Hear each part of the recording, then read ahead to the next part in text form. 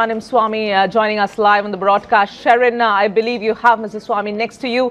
Go ahead.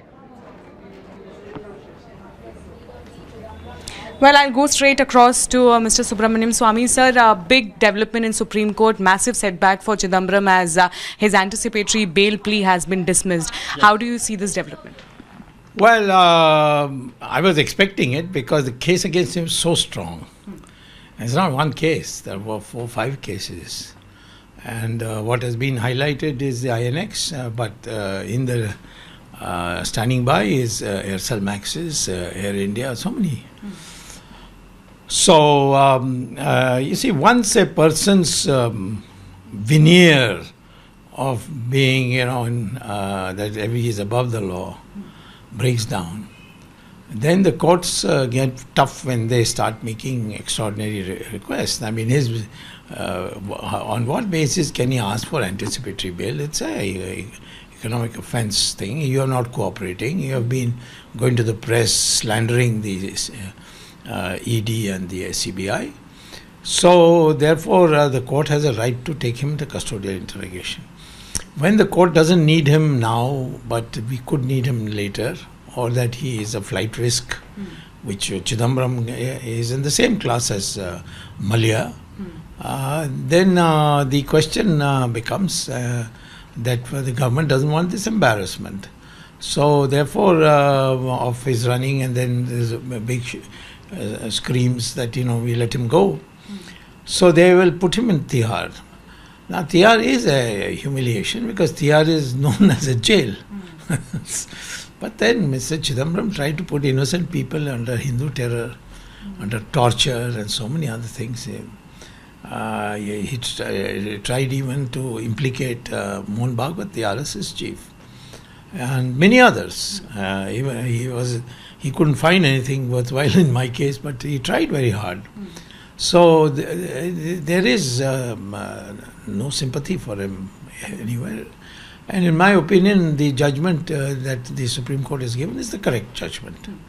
We were going throughout the hearing, and it seems that Chidambaram was not in fact willing or comfortable to go into ED custody or for the matter to Tihar. So how do you see this now? What is the process that the ED will be taking, whether he will be taken into custody right away? How is the process going to be? No, he would now go to Tihar jail.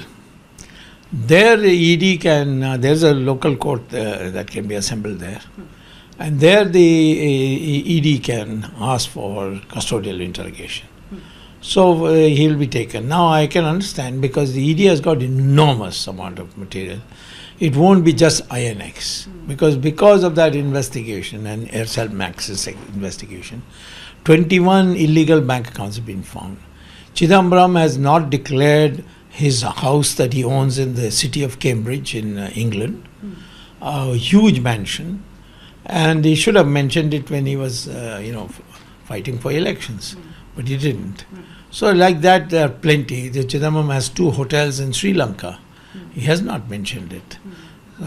In fact, one of them is in Trincomalee and one is in South Sri Lanka.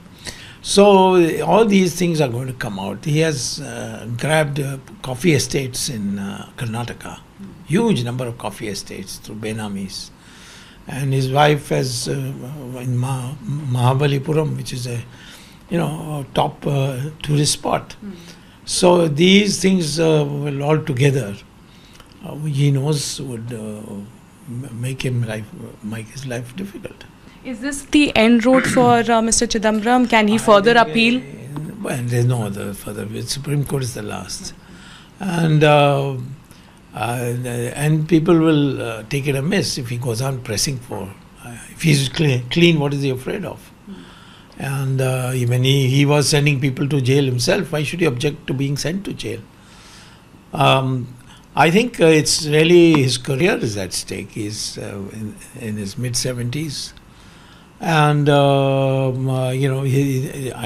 each of these cases will contribute 5 years, and if they are not concurrent, it could be 20 years in jail.